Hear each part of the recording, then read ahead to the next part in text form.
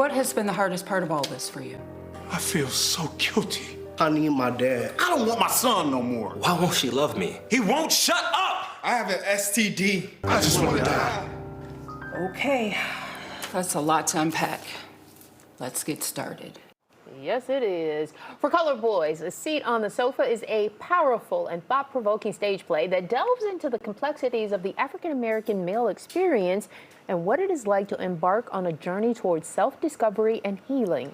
Writer, director, and producer Blake Martin, lead actress Kimberly Still, and lead actor Lawrence E. Johnson Jr. join us now with more. Thank you all for being here. We appreciate it. Thank you. Let's start with you. Talk about what led to writing this. And this is the third iteration of this? Correct. Okay. So I produced the original For Color Boys back in 2015, and I wrote it with not as much authenticity because all these stories are my real life. But I wrote the first one trying to shield my family from embarrassment. Got it. Since then, my mother and my father have both passed away, and so I have a little bit more freedom to write the stories with more authenticity and truth. And so I came back to let it all play out on the stage. Okay, so are these bits and pieces of your life or people who are in your life? How does it manifest itself? So the first For Color Boys, every single character was my life. Okay. For Color Boys 2, some stories are my life and others are my brother, my father, best friends, but every single character is a black man that I know and love. All right. It's fascinating, too, because you're going to see a psychologist on the stage.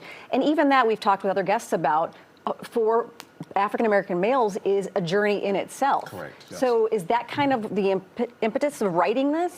Absolutely. So my mother was a psychotherapist. Oh, wow. She received her degree a week after she passed away. So she was not able to see her first patient. So I wrote the main character, Dr. Renee Johnson, modeled after my mother so that in a way she could see her patients. As a black man starring in this, do you see some of yourself or people you know in these characters? I see a lot of myself in this character, and with me having kids, I can relate to my character really well, just due to the challenges that we go through on everyday life. Tell us about what your specific part you play in the role. Well, play. specifically, it's just challenges that you have every day with your kids, whether it's just needing help on a day-to-day basis with your mental capacity as far as that goes, or just issues in general overall. But I mean, it's really going to be an emotional roller coaster overall. And I look forward to this play on Saturday, so I want you guys to come out, check it out. Kimberly, with you playing the psychotherapist in this, what are you hoping that people walk away from having seen it? What I'm hoping is that the conversations get started. Men's mental health is not talked about as much as women's mental health, and that's why I'm so grateful to be a part of this production. But I'm hoping that the conversations start. I'm hoping that people are more empathetic and willing to listen, and yeah, that's really my main goal. It seems like you'll hit on a lot of stereotypes and tropes in the play. We talk about so many issues: male sexual assault, police brutality, Army PTSD, a black man and his son, and the complexities of what that fatherhood is like. We talk about homophobia in the black church.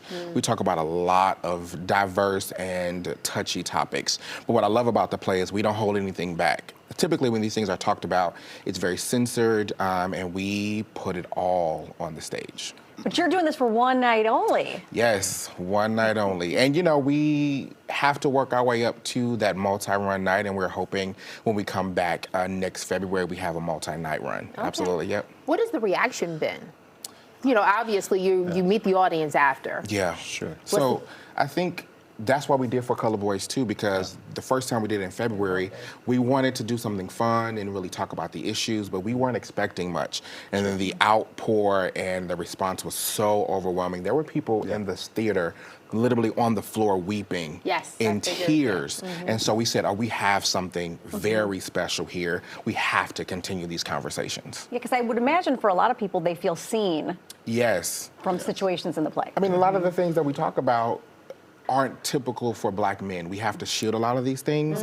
And so, you know, people felt very free to just have those conversations after the play. And Kim does such a great job navigating these men. Did you ever have any second thoughts about taking this part? Because it allowed you to be required, for you to be very vulnerable. Actually, I did have some second thoughts, but I wanted to challenge myself to take on a role that's not a bouncer or something along those lines or a bad guy. So me taking on this role and being very emotional and having those different different roles in this play just helps me a lot and challenges me. Is there a way to put all of the plays together into one production, or are they independently standalone? So they kind of independently stand alone Okay. because each one of the plays, what I typically do is I'll bring back characters from the last one to continue their stories. Okay. And then I'll introduce a bunch of new characters as well. So the story just kind of keeps evolving and moving forward. Kim, I'm wondering, as a Black woman sitting there listening to this, I know you're playing a role, but you're also listening to this. What kind of emotions does this evoke in you? Oh my gosh, a lot of emotions. Just from Dr. Renee, my character, having to navigate through all of these characters and their emotions, it's a lot.